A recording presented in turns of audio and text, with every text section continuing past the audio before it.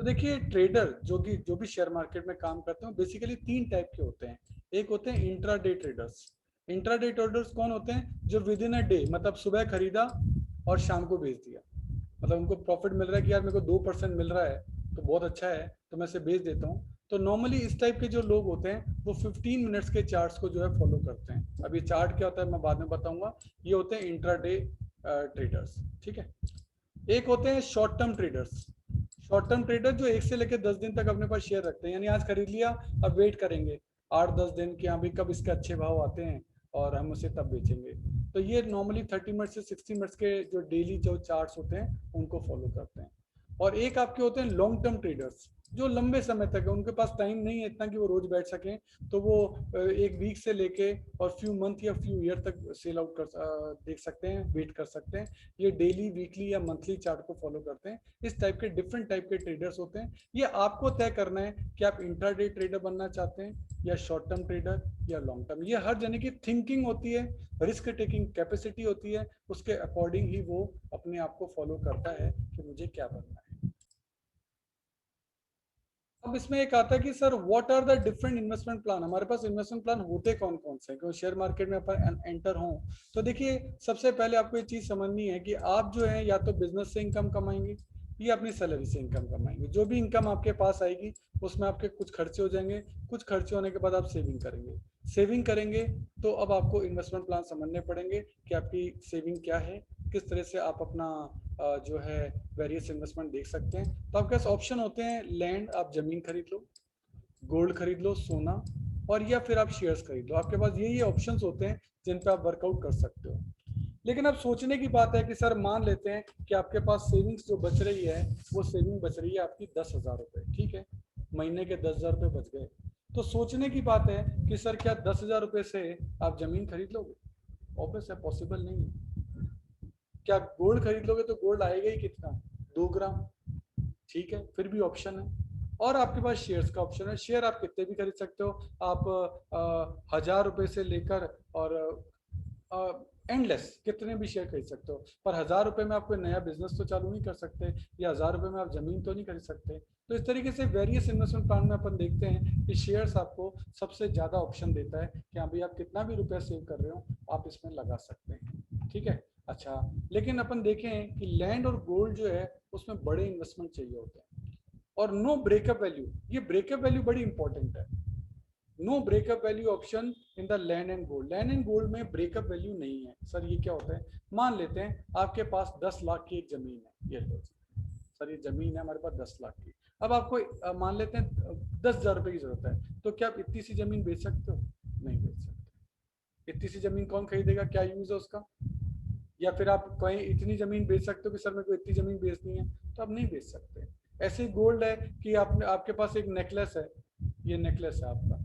अब ये नेकलेस का आपको, ये है 1 लाख का, और आपको जरूरत है 10,000 की। तो क्या आप इतना नेकलेस बेच सकते हो? नहीं बेच सकते। ये ब्रेकअप वैल्यू आपको लैंड में अवेलेबल नहीं होती, गोल्ड में अवेलेबल नहीं होती, लेकिन शेयर्स में अवेलेबल है। आपके पास 1 लाख के शेयर हैं और आप चाहते हैं कि इसमें से 10,000 रुपए के शेयर बेच दें, तो आप बेच दीजिए। विद इन 2 डेज आपके अकाउंट में पैसा आ जाएगा। तो तो जो शेयर है वो आपको लिक्विडिटी प्रोवाइड करता है, यानी आप जब चाहें अपने पैसे को कैश में कन्वर्ट कर सकते हैं। ये ऑप्शन आपको जमीन में नहीं है, गोल्ड में नहीं है। जमीन और गोल्ड बड़ा इन्वेस्टमेंट मांगते हैं और बड़ा पीरियड मांगते हैं, जो पीरियड हर जने के पास नहीं होता। सबसे बड़ी बात है इतना इन्वेस्टमेंट आपके पास नहीं होता। तो सर फिर एक ही क्वेश्चन आता है कि सर हमने तो सुना है कि शेयर मार्केट बहुत रिस्की ऑप्शन है। तो पहली बात तो रिस्क सब जगह है। आप एक जमीन खरीदते हैं, क्या उसमें रिस्क नहीं है? आपके पास जमीन पे क्या कोई कब्जा कर ले, ऐसा भी हो सकता है। या वहाँ कोई वहाँ से कोई जो पुल है वो बन जाए, कोई ब्रिज है वो बन जाए, और आपका जो मकान है उसके आगे आ जाए, आपके मकान के आगे ट्रांसफार्मर लग जाए, या कुछ भी हो सकता है। जमीन की वैल्यू कम हो सकती है। और जमीन वेरी लॉन्ग टर्म का काम है। आज आपने खरीद ली तो पता लगा कि आपके बच्चे ही उसका यूज करेंगे। यानी जो आपके दादाजी ने खरीदी थी उसके आपके पिताजी यूज कर रहे हैं, आपके पिताजी ने जो खरीदी थी उसका आप यूज करेंगे, यानी एक पूरी जनरेशन का गैप आ जाता है। तो इतना बड़ा जो वेट है वो अर्जना नहीं कर सकता। आजकल तो देखो सब चीजें क्विक एंड फास्ट है। जेट आपका इरा चल रहा है तो हर जना फास्ट ही जाता है। गोल्ड में क्या, गोल्ड में रिस्क नहीं है, गोल्ड में थेफ्ट की रिस्क है और वेरी लॉन्ग टर्म है। फिर नकली बेच दे कोई आपको, वो भी एक समस्या। तो कई समस्याएं लैंड और गोल्ड में रहती हैं। तो मैं ये बात करूंगा सर, शेयर मार्केट क्या रिस्की है? देखो रिस्क सब जगह है, कहाँ नहीं है ना। अभी आपने मार्केट के ऊपर एक पिक्चर आई थी, स्कैम 1992, कि रिस्क है तो इश्क है। भाई रिस्क है तो ही फायदा होगा, अदरवाइज तो कोई भी कर लेता। लेकिन यहाँ जो रिस्क है ना, वो कैलकुलेटेड रिस्क है। मतलब उसकी कैलकुलेशन है, आप थोड़ा सा दिमाग लगा सकते हैं उसके अंदर कि यार ये चीज अब जैसे जमीन खरीदते हैं, आपने 10 लाख की जमीन खरीदी, तो क्या जरूरी है कि उसके भाव बढ़ेंगे? कम भी हो सकते हैं, ऐसी क्या बात है। तो वो ये रिस्क तो वहां भी है। पर इसकी एक फंडामेंटल स्टडी है, इसकी एक टेक्निकल स्टडी है, इसके ऊपर रिसर्च है, उसके बाद ही आप शेयर मार्केट का काम करते हैं। तो ये प्योर तुक्का नहीं है, यहाँ कैलकुलेटेड रिस्क है। और आप देख सकते हैं दुनिया के अगर टॉप आप अमीर छांटोगे ना, टॉप 100, तो 100 में से 90 वाले जो जने ना, वो आपको शेयर मार्केट का काम करते मिलेंगे, और 90 से इवन ज्यादा शेयर मार्केट का काम करते मिलेंगे। अगर आप मतलब जितने भी टॉपर्स आप चेक करोगे, इंडिया के भी चेक कर लोगे, तो वो सब शेयर मार्केट का काम करते हो। और उनके फंड 1,000 करोड़, 2,000 करोड़, 20,000 करोड़, राकेश झुनझुनवाला का फंड 20,000 करोड़ रुपए तक का है। तो रिस्क तो सभी को लेनी ही पड़ती है। काम करना है तो घर से बाहर निकलना पड़ेगा, घर से बाहर निकलेंगे तो एक्सीडेंट की रिस्क तो रहेगी। अब उस रिस्क के चक्कर में हम घर से निकलना थोड़ा बंद कर दें। तो हम क्या करने वाले हैं, हम यही सीखेंगे कि ये रिस्क हम कैसे कैलकुलेट करेंगे। फंडामेंटल स्टडी क्या होती है, कि हाँ इस कंपनी की बैलेंस शीट क्या है, इस कंपनी का रिटर्न ऑन इन्वेस्टमेंट कितना चल रहा है, इस कंपनी का करंट रेशियो क्या है, लिक्विड रेशियो क्या है, ये सब चीजें भी आपको पता होनी चाहिए। टेक्निकल स्टडी में क्या होता है, ग्राफ होते हैं, चार्ट्स होते हैं, उन चार्ट की स्टडी कैसे की जाती है वो देखेंगे। और सबसे बड़ी बात है रिसर्च शेयर्स की, कि कौन सा शेयर लेना चाहिए। तो यहाँ मैं आपको टाइम टू टाइम हेल्प करूंगा शेयर्स को बताने में, कि कौन से शेयर्स में पढ़ना जो है वो आपको फायदा दे सकता है।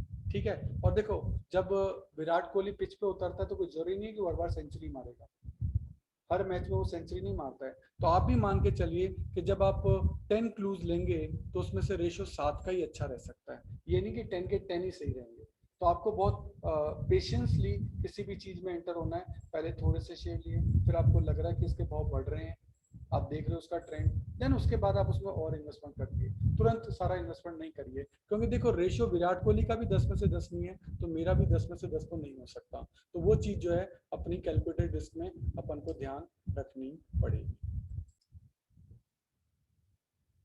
सर क्या शेयर मार्केट जो है मेरा प्लान ए या प्लान बी हो सकता है? देखिए ऐसा है, प्लान ए या प्लान बी से क्या मतलब है, कि हर जन अपने करियर में 2 ऑप्शन लेके चलता है। क्योंकि एक ऑप्शन लिया और आप उसमें सक्सेस नहीं हुए, तो देन व्हाट। भाई दुनिया की सबसे अच्छी कार भी होगी तो उसमें स्टेपनी तो होती है, दैट इज प्लान बी। कि कल को कार पंचर हो जाए तो हमारे पास स्टेपनी है, दैट इज प्लान बी। तो यही बात है, आप शेयर मार्केट को सबसे पहले आप अपने प्लान बी में लेके चलिए, कि मेरे को इसको प्लान बी में रखना है।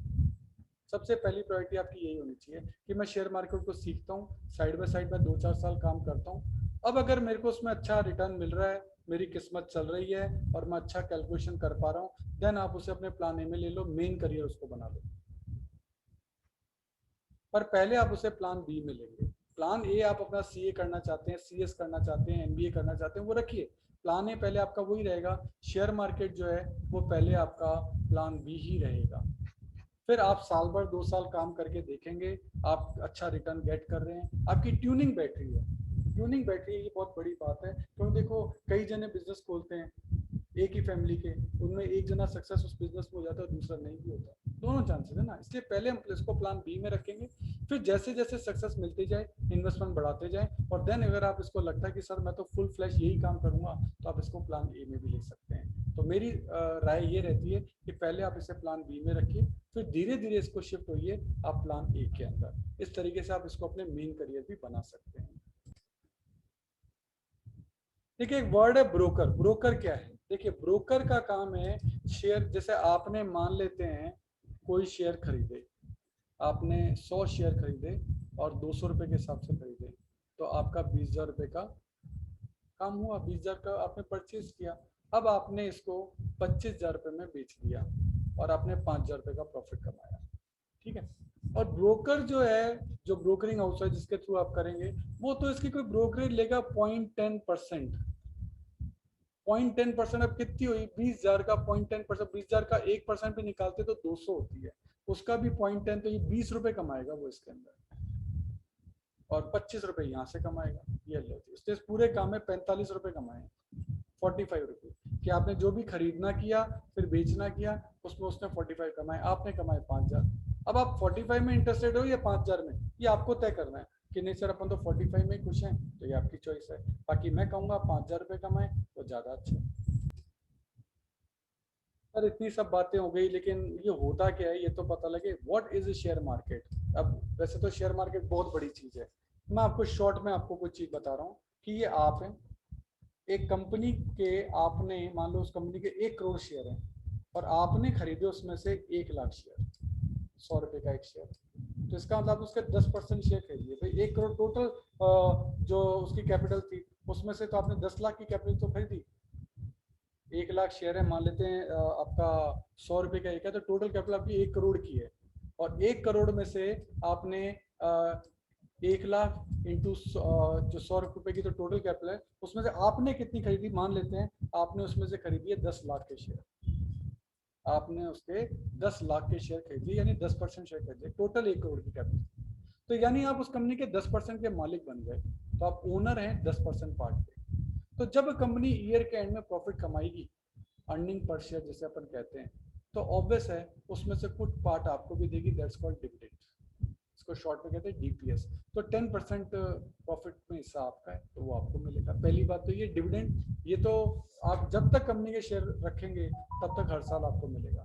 तो कंपनी जितना भी अर्न करती है वैसे सारा डिविडेंड नहीं देती है, कुछ अपने पास भी रख लेती है रिटेन अर्निंग फर्दर डेवलपमेंट के लिए। तो इस तरह से कंपनी के आप 10% के मालिक बन गए, आप कंपनी के प्रॉफिट में 10% मालिक बन गए यदि आप उस कंपनी के 10% शेयर खरीद लेते हैं तो आप ये कह सकते हो उस कंपनी के गेट पे जाके, भाई साहब आपके 10% के पार्टनर तो हम भी हैं।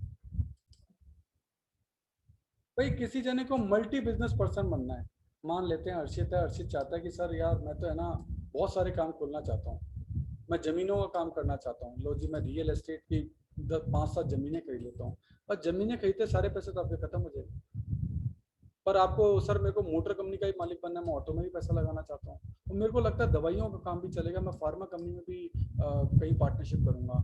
और सर मुझे लग रहा है कि मेटल्स जैसे गोल्ड है, कॉपर है, इनके भी भाव ऊपर नीचे होते हैं, मैं इसमें भी पैसा कमा सकता हूँ। सर सीमेंट इंडस्ट्री इंफ्रास्ट्रक्चर का आजकल काफ़ी चल रहा है, मैं इसका भी एक दुकान खोलना चाहता हूँ। और सर बैंक्स भी आजकल काफ़ी ब्रांचेस खुल रही हैं, तो मैं सोच रहा हूँ मेरा खुद का एक बैंक हो। और मैं सोच रहा हूँ कि ऑयल एंड गैस में भी लग जाऊँ, और गोल्ड में भी मुझे लगता है कि आगे जाके अच्छा फायदा हो सकता है। तो क्या आप इतने सारे बिजनेस खोल सकते हो? डेफिनेटली। इतने पैसे ही नहीं होंगे, इतने सारे बिजनेस कहाँ से खोलेंगे, लेकिन शेयर मार्केट में ऐसा हो सकता है।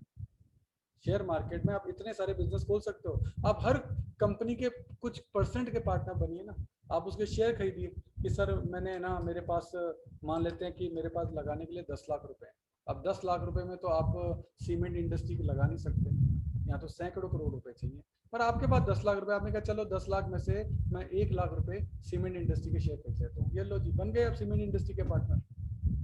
आपने कहा सर मेरे को लग रहा है जमीनों के भाव बढ़ने वाले हैं, चलो 2 लाख रुपए के शेयर यहाँ खरीद लिए, तो रियल एस्टेट कंपनी है, डीएलएफ है या इंडिया बुल हाउसिंग है, तो जी आपने उसके 2 लाख की शेयर खरीद लिए। सर मेरे को लग रहा है टाटा मोटर और हुंडई कार जो है चलने वाली है, आपने ऑटो में 50,000 रुपये लगा दिए, लो 50,000 के शेयर इसके खरीद लिए। सर कोरोना पीरियड चल रहा है, फार्मा कंपनियां खूब चलेंगी, दवाइयाँ वाली कंपनी का, चलो चलो 2 लाख रुपए यहाँ लगाते हैं, 2 लाख की शेयर यहाँ खरीद लिए। सर मेटल्स वगैरह में भी काफ़ी अच्छा चल रहा है, आयरन के भाव खूब बढ़ रहे हैं, चलो 1 लाख रुपए यहाँ लगा दिया। सर मम्मी कह रही है गोल्ड के भाव बढ़ने वाले हैं, चलो 1 लाख रुपए यहाँ लगा दिया। सर ऑयल वगैरह तो आजकल 100 रुपए के भी पार हो गया, तो ऑयल कंपनियां खूब कमा रही हैं, चलो 1 लाख रुपए यहाँ लगा दिए। तो कुल मिलाकर 10 लाख रुपए से आप देखते हो कि डिफरेंट टाइप के बिजनेस में आप पार्टनर हो गए। अब इतने सारी जगह आपने दिमाग लगाया है, तो यार 10 में से 7 जगह क्या आपकी किस्मत नहीं चलेगी, और इतने बिजनेस से आप कमाओगे। अगर आप फिजिकल बिजनेस खोलते हो, ये सारे शेयर में, सारा काम शेयर्स में हो रहा है, यहाँ आपकी दुकान नहीं खुल रही, ये तो आपके मोबाइल भी खुल जाएंगी सारी दुकानें। जबकि फिजिकल एक दुकान खोलो तो 10 लाख रुपए में तो कुछ भी नहीं होगा, आप एक दुकान भी नहीं खोल सकते 10 लाख रुपए में। जबकि 10 लाख रुपए में शेयर मार्केट में आप इतनी जगहों पे पार्टनर बन सकते हैं, यानी आप एक मल्टी बिजनेस पर्सन हो जाओगे। आप कहीं भी कह सकते हो अरे भैया हमारा काम तो यार रियल एस्टेट का भी है, ऑटो में भी काम है, अपना फार्मा भी काम है, मेटल्स में भी मैं डील कर रहा हूँ, मेरा इसका भी काम है। हाँ फिजिकल काम नहीं है तो क्या हुआ, शेयर मार्केट में तो है। तो इतनी जगहों पे जब आप पैसा लगाओगे तो डेफिनेटली 10 में से 7 जगह तो चलेंगी, और नहीं चल रही तो कोई बात नहीं, 2 महीने वेट कर लेंगे, उसके बाद चल जाएंगी, तब बेच देंगे, तब प्रॉफिट कमाएंगे। भाई आपने कोई चीज 10 रुपए में खरीदी तो जरूरी थोड़ा ना वो आज ही 11 रुपए में हो जाएगी, ऐसा नहीं होता है। हो सकता है 11 की आज हो और हो सकता है 2 महीने बाद हो। अब आपने 10 की चीज खरीदी, अब 9 की होगी तो बेचो मत ना, रुक जाओ, जब वो 11 की हो जाए महीने भर में तब बेच देना, तब आप प्रॉफिट कमा लेना। तो भी तो आप 10% प्रॉफिट कमा रहे हो भाई, 10 रुपए पे आप 1 रुपया कमा रहे हो तो आप 10% कमा रहे हो। बैंक वाले आपको क्या देते हैं, अगर आप बैंक में पैसा रखते हो तो बैंक वाले साल भर पैसा रखने के 5% देते हैं, और आप यहाँ 10 दिन में 10% कमा रहे हो तो बुरा क्या है। अगर आप 10 दिन में ही 10% कमा रहे हो तो बुरा क्या है, वो तो आपको साल भर का 5% देते हैं। यानी आप 1 लाख रुपए जमा कराओ तो 1 साल बाद वो 1,05,000 होंगे। और यहाँ तो आप पैसा आज लगाओ शेयर मार्केट में, हो सकता है शाम को ही 1,05,000 हो जाए। तो अगर आपको मल्टी बिजनेस पर्सन बनना है, डिफरेंट एरिया की नॉलेज रखनी है, डिफरेंट एरिया में पैसा लगाना है, तो शेयर मार्केट से बढ़िया ऑप्शन आपके पास हो ही नहीं सकता। Are you eligible for the share market, क्या आप शेयर मार्केट के लिए एलिजिबल हैं? देखो एलिजिबिलिटी के लिए क्या चाहिए, एज आपकी 18 साल या उससे ज़्यादा होनी चाहिए, आपके पास पैन नंबर होना चाहिए, परमानेंट अकाउंट नंबर जो इनकम टैक्स डिपार्टमेंट देता है, और आपका एक बैंक अकाउंट होना चाहिए, और ये सब सिमिलर बैंक फ़ोन नंबर से कनेक्टेड होने चाहिए, ठीक है। और अगर सर मेरे पास तो ये नहीं है, मैं तो खुद ही 18 का नहीं, कोई बात नहीं, आप पूरा काम सीखिए और then take account of your mother या फादर, आप अपने मदर या फादर के नाम से अकाउंट खोलिए और operate their account and use your skills, और अपने स्किल का यूज करो, उनका अकाउंट ऑपरेट करो, क्या दिक्कत है, पैसा कमा के ही तो दोगे। While you can arrange your account also, और इस दौरान जब आप 18 साल के हो जाओगे तब आप अपना अकाउंट भी अरेंज कर सकते हो। तो इस तरीके से कोई जरूरी नहीं है कि आपके नाम से ही सारा हो, आप मम्मी के नाम का अकाउंट खोल लो, अपने मोबाइल पे खोल लो, और या फिर उनके मोबाइल पे खोलो, कंप्यूटर स्क्रीन पर इसको मेंटेन आप कर सकते हो, वो चीज आप देख सकते हो। तो कोई जरूरी थोड़ा ना आप अपने नाम से करो, आप मम्मी के अकाउंट पे भी कर सकते हो, पापा को टाइम नहीं है तो आप पापा का अकाउंट खोल लो, ऑपरेट आप उसको करो, खरीदना बेचना आप उसमें करिए, क्या दिक्कत है। तो ऐसे भी आप ये आप काम चालू कर सकते हैं। एक क्वेश्चन आता है, can it be done with study, क्या स्टडी के साथ साथ कर सकते हैं? एब्सोल्युटली यस, मैंने तो आपको कही है कि पहले आप इसे प्लान भी रखिए। It take approximately only 1 hour daily, आपका 1 घंटा लेगा रोज का ये। भाई थोड़ी सी स्टडी करोगे तो 1 घंटा तो देखो देना ही पड़ेगा, पैसा कमाना है तो 1 घंटा देना ही पड़ेगा। और टाइमिंग आप कभी भी कर सकते हो, आप रात को 11 बजे भी भाव लगा सकते हो और दोपहर 2 बजे भी लगा सकते हो, आपकी जब इच्छा करे तब भाव लगाओ ना। क्योंकि इसका जो वर्किंग टाइम बेसिकली जो मार्केट का है वो तो होता है सुबह 9:15 से लेके दोपहर 3:30 का, पर आप भाव कभी भी लगा सकते हो। आप सुबह 8 बजे फ्री हुए कि यार मैं अभी फ्री हूँ, तो आप अपने भाव लगा दो कि मेरे को इतने में खरीदना है, इतने में बेचना है, वो तो ऑटोमेटेड होता है। तो ये थोड़ा होता है कि आपको उस वक्त वहां रहना जरूरी है, आप अपना रेट लगा के छोड़ दो, वो जैसे ही उस रेट में आएगा अपने आप ही बाइंग, ऑटोमेटिक बाइंग हो जाएगी। और जैसे ही उस रेट में जाएगा, जैसे फॉर एग्जांपल मान लेते हैं कि आपने किसी कंपनी का शेयर जो कि अभी चल रहा है 11 रुपए, आपने कहा कि यार मैं इसे 9 रुपए में खरीद सकता हूँ और मैं इसको 13 रुपए में बेचना चाहता हूँ, तो आपने इसको भाव में लगा दिया, इतने में परचेज लगा दी, इतने में सेल लगा दी। अब सुबह 9:15 बजे ही आपके पास है ना 9 रुपए में आ गया, ठीक है, अपने आप परचेज हो गया भाई, अब वो आपके अकाउंट में है, और शाम तक उसकी रेट जो है ना वो 13 रुपए पहुंच गई, वो 13 रुपए में ऑटोमेटिकली यहाँ बिक गया। तो कुल मिलाकर आपने 4 रुपए पर शेयर कमा लिए, ऐसे आपने 1000 शेयर खरीदे थे तो आपका 4000 रुपए का फायदा हो गया। आपको कुछ भी नहीं करना, आप अपने भाव लगा के छोड़ दो बस। आपको लगता है कि यार ये इस भाव में खरीदना है और इस भाव में बेचना है, वो लगा दो, वो अपने आप नीचे जाएगा, अपने आप ऊपर जाएगा, अपने आप आपकी रेट में आ जाएगा। और नहीं होगा तो कोई बात नहीं, आपके पास पड़ा है 9 रुपए में खरीद लिया, आज नहीं बिका कल बिक जाएगा, परसों बिक जाएगा। अब ऐसे थोड़ा ना होता है कि आप कोई जमीन आज खरीदो और कल ही पूछो भाई साहब अब कितने की होगी पापा ये जमीन, फिर 2 दिन बाद पापा अब कितने की होगी, तो पापा सबको टेक देंगे यार ये रोज क्या भाव पूछ रहा है, कोई चीज खरीदी है तो वेट कर, बढ़ जाएगी। तो वही बात यहाँ भी है, आपने शेयर खरीदा है तो ये उम्मीद मत करो कि वो उसी दिन बिके, वो आज भी बिक सकता है तो वो 10 दिन बाद भी बिक सकता है। आप अपनी रेंज लोअर लिमिट और अपर लिमिट डाल के बैठ जाओ, और उसकी भी टेक्निक होती है, जीटीटी होता है, तो उसके अंदर बास्केट बाइंग होती है। तो कुल मिलाकर ये जो आपका जो है मार्केट वो मंडे टू फ्राइडे चलता है, सैटरडे एंड संडे हमेशा ऑफ रहता है। तो कुल मिला के 5 डेज वीक रहा, और महीने में लगभग 22 डेज या 23 डेज जो है वो इसकी वर्किंग जो है पूरी रहती है। तो आप स्टडी के साथ साथ इसको आराम से ले सकते हैं, तो डेली आपको 1 आवर देना है, इससे ज़्यादा तो देना नहीं।